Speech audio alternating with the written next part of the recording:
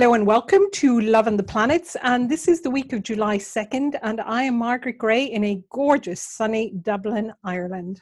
And I'm Armand Diaz in a gorgeous sunny Long Island, New York.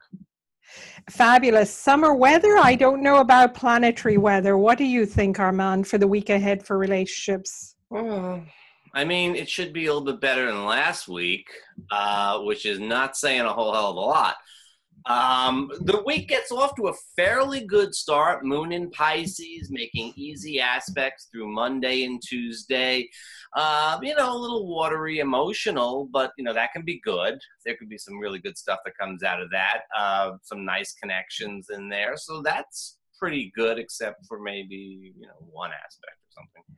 Yes, like Mercury in Leo, quincunx Saturn in Capricorn. So, although that could be really good for some serious discussions in relationships. Although the quincunx, I would rather it was a trine or a sextile, but still, just to be aware, it might not feel so comfortable. But if you have something serious to say, then that might, early in the week might be a good time to say it.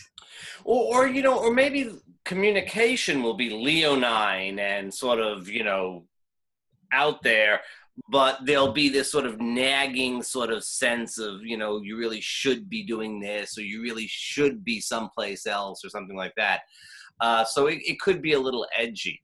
Speaking of edgy, Wednesday, really Wednesday through Friday with the Aries moon, I see by the look on your face that you're already anticipating. Chiron stations to retrograde as Mercury opposes Mars.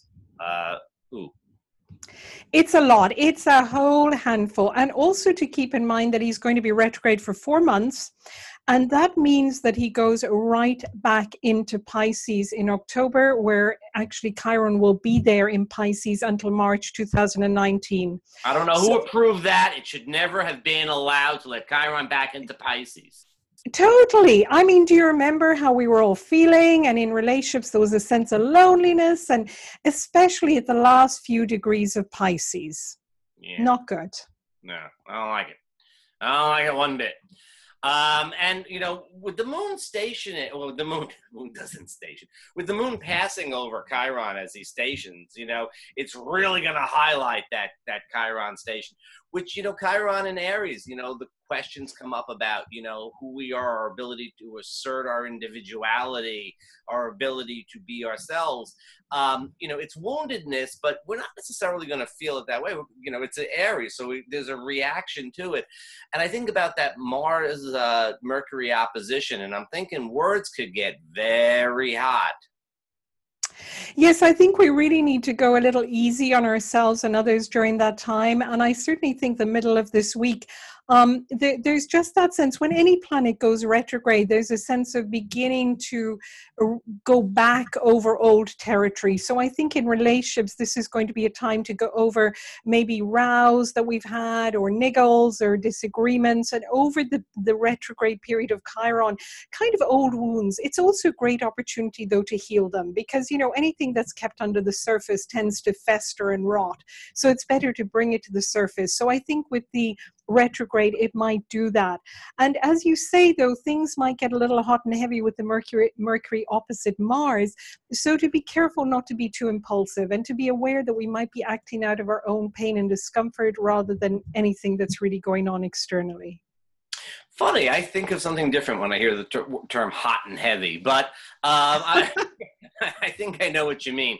And it could be very easy to project stuff out onto the partner. Also, too, Mercury is going to be going over the North Node, which is good, but it's hitting the nodal axis as, Mars hangs around the South Node. So, we could be bringing up a lot of stuff internally and projecting it onto partners, and words could be very hot at that time, and not the good hot, or they could be the good hot, I suppose. Mars is retrograde, probably not. Anyways, if we get through Wednesday through Friday, we get to the weekend. The moon goes into Taurus, the sun trines Neptune, everything's wonderful. Oh, lovely romantic time, dreamy time. If you're still the partner.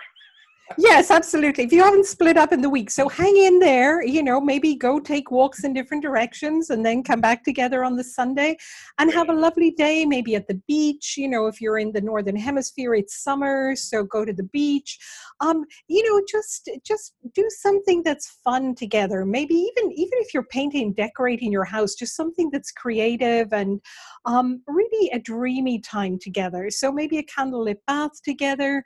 And if you're not with a partner, go by water, just enjoy the feel of water. The veil is much thinner by water. So there's a sense of connecting really with other dimensions. It's really a lovely, creative, imaginative time. The weekend should be good. If you make it through to there, then that would be quite a nice time. One thing that we should just mention, just on the side though, is this entire week we are getting very close to the first of 3 eclipses. There's a solar eclipse next week, and already since the full moon last Wednesday on the 27th, we're sort of in the eclipse vortex there. So things look a little bit more.